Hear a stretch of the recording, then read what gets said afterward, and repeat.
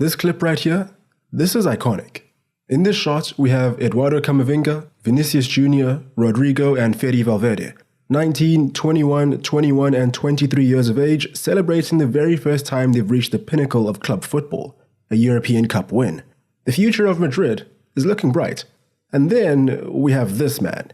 At 63 years of age, he's a guy who knows this feeling all too well. There are very few men that have quite literally completed football. I've spoken on this channel about Pep Guardiola and Johan Cruyff. The likes of Zinedine Zidane and Frank Rijkaard also come to mind. These are men who have just about won it all as managers and players.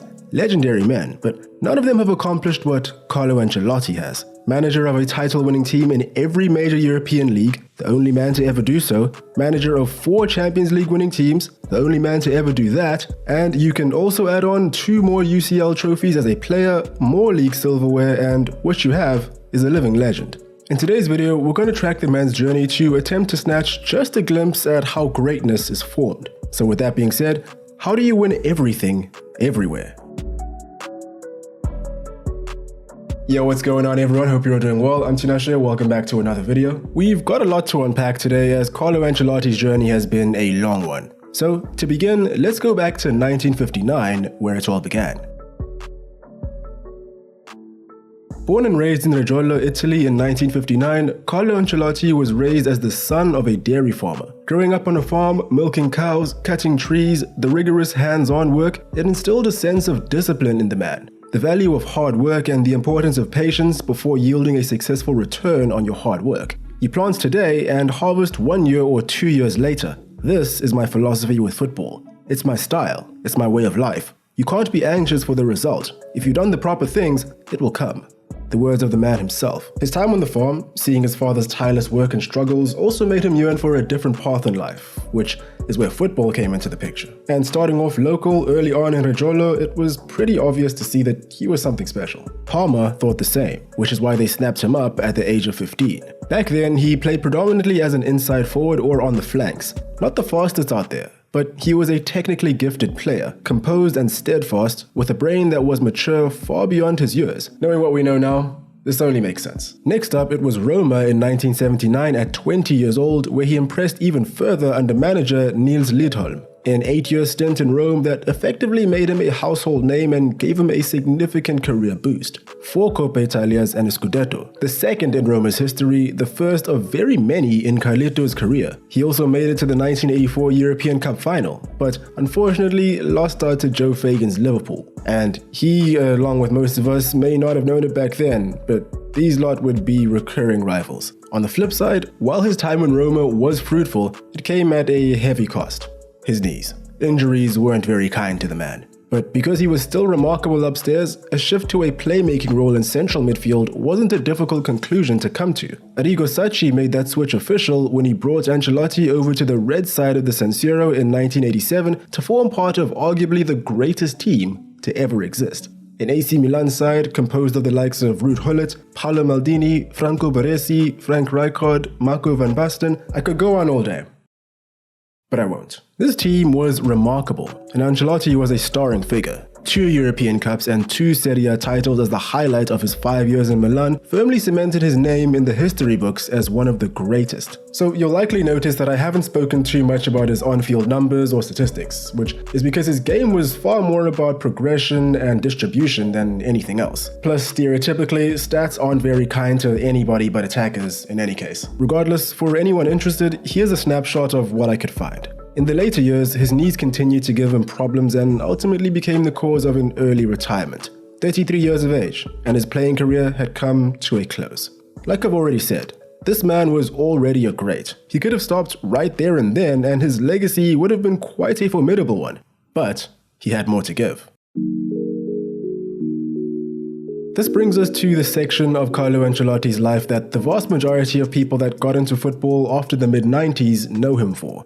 his managerial career. Straight after retirement, he got to work on his coaching credentials, eventually teaming up with Arrigo Sacchi once again, but this time as his assistant with the Italian national team. Paying close attention to the workings of his former coach and now colleague, the philosophies of Carlo Ancelotti began to take shape. By 1995, at 36 years of age, he was primed to make the leap into going solo. But before we get into the breakdown of Ancelotti, the manager, I feel it would be useful to briefly speak about Ancelotti, the man. By now, the Italian had worked with or been exposed to a wide range of high-profile managers, some of which I've already mentioned. There was Arrigo Sacchi with Milan and Italy, Niels Lidholm with Roma, Fabio Capello with Milan, and Sven-Goran Eriksson also with Roma, just to name a few. And while similarities between these guys and Ancelotti can be drawn, Carlo Ancelotti is very much his own man. We'll go into more detail about his tactics later, but one characteristic that's worth noting early in this one is that perhaps his strongest trait is that he is malleable. Specifically, malleable to people. A consequence of having a high EQ is the knowledge that different people require different forms of communication.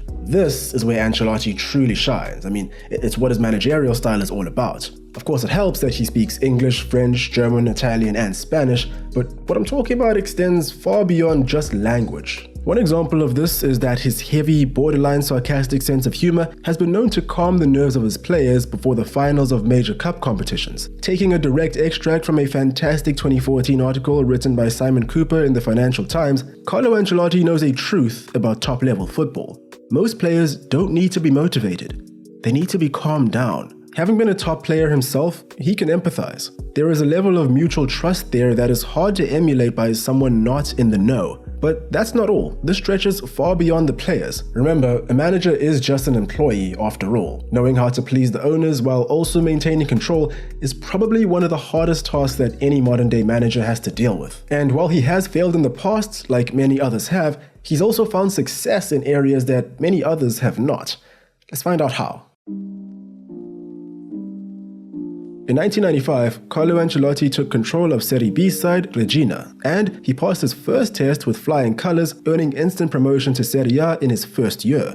And because of that, it would ultimately be his only year there. Parma had seen the good he had done and decided that they needed the man back, this time to play a role in the technical area. And despite the fact that in 2022, Parma sits in 12th place in Serie B, they were quite the force in the past, especially when Ancelotti arrived. Having been bankrolled by parent company Parmalat, yes, the same Parmalat you're thinking of, they won the UEFA Cup 2 seasons prior and had a very strong squad indeed. Gianfranco Zola, a young Fabio Cannavaro, Gianluigi Buffon, Hernan Crespo, and Lilian Thuram are just a few names that were about. So all of this sounds like a recipe for success, right? Parma Calcio had yet to win a single Serie A title in their long history, and if they were ever going to do it, now was their chance. But it didn't happen. 2 points adrift from the top in Ancelotti's first season. At the surface, a valiant effort. In reality, a disappointing return. And the disappointment continued after a 6th place finish the next year. For the first time, Ancelotti was shown the door in mid-1998. Not the greatest start to a managerial career, I must admit, but in a way, it was kind of the perfect start. Learning from your mistakes and whatnot. Among his many takeaways from this tenure, he was forced to develop the player-centric approach to management that we spoke about earlier on. There was a point before his second season where the divine ponytail, Roberto Baggio, was all but confirmed to be on his way to join Parma. But get this, Ancelotti said no. You see, Arrigo Sacchi's success and faith in the 4-4-2 had convinced Ancelotti that there was no other way to play football. The problem was that Baggio was a 10. And this formation, in its base form, does not house a 10. In fact, another creative player, Gianfranco Zola, left 1 season prior for similar reasons after only spending a few weeks with the man. So when Roberto Baggio, probably the best Italian player to ever play the game, wanted to come along, Carlo Ancelotti told him he had to play striker or hit the road. He hit the road. That year, Baggio scored 25 goals for Bologna. I lost 25 goals. Big mistake. Safe to say, he regretted this decision. Fast forward to 2016, and in his autobiography, Quiet Leadership, when referring to a disagreement he had with Cristiano Ronaldo at Real Madrid, he writes, "Who am I to argue? How can I change the position of a player who scores 60 goals a season? So I had to find a solution."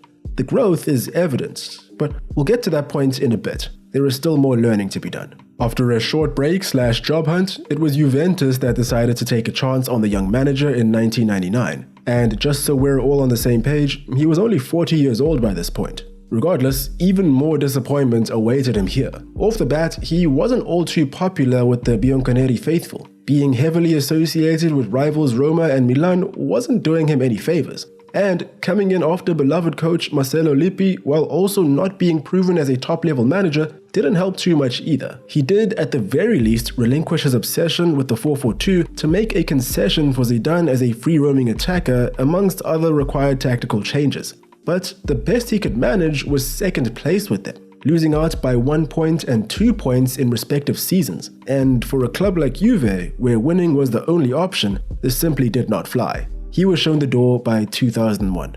Also, he was reportedly let go at half-time of the final match of the season and was just trying to give a pep talk and instead got the sack. Brutal. Ultimately, these first 2 seasons, albeit thorough lessons in expectations, club culture and much more, were rather forgettable. A case could be made that he was just unfortunate. Coming so close to silverware after being the manager of 2 very competitive clubs is very tough after all. But his fortunes were about to change.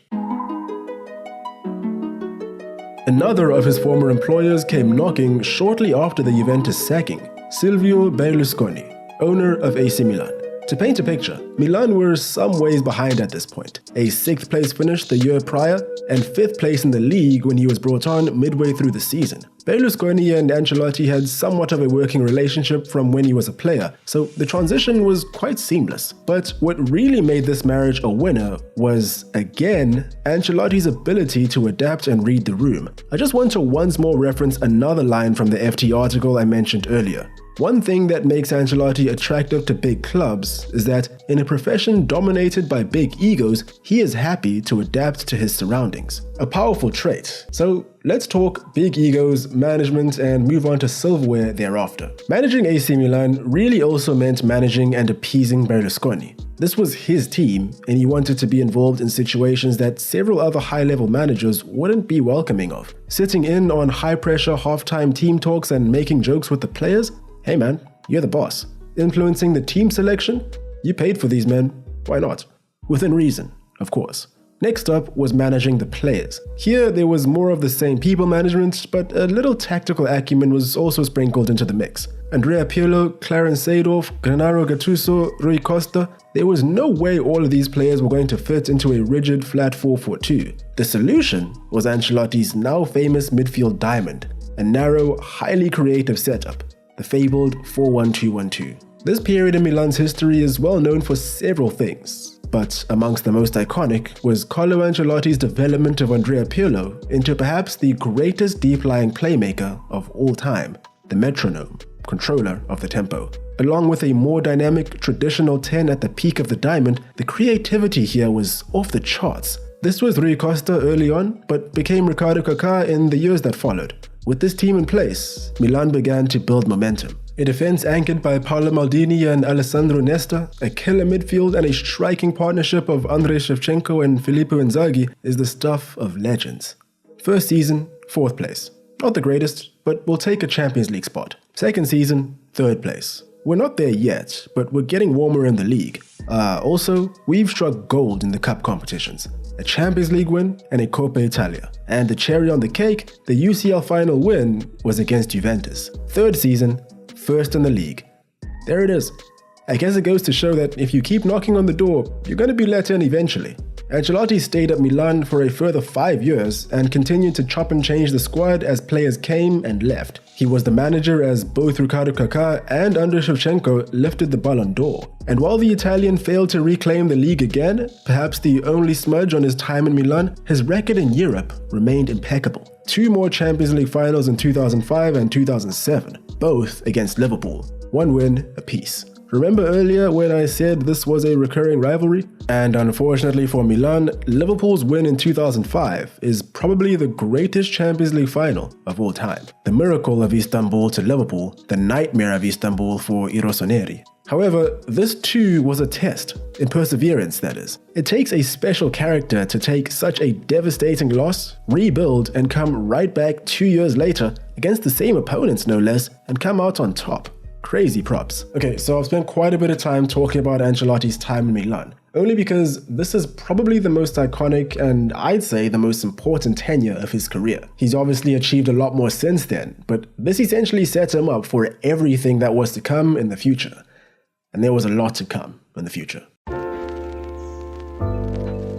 In 2009, after 8 years at Milan, Ancelotti's time was up. There were several reported reasons for this. The economic downturn affecting spending was likely one, but at the end of the day, it was just time to move on. And just as well, his career got very interesting from here on out. Using all of his learnings and being the person that he is, he began to build somewhat of a reputation as being a stabilizing figure. Elite clubs in crisis or simply in need of direction would send out the metaphorical bat signal to secure the man's services. Okay, so just fair warning, the remainder of this video is not going to be a play-by-play of his career. There are plenty of other YouTube videos and resources that give sequential, comprehensive breakdowns of his career.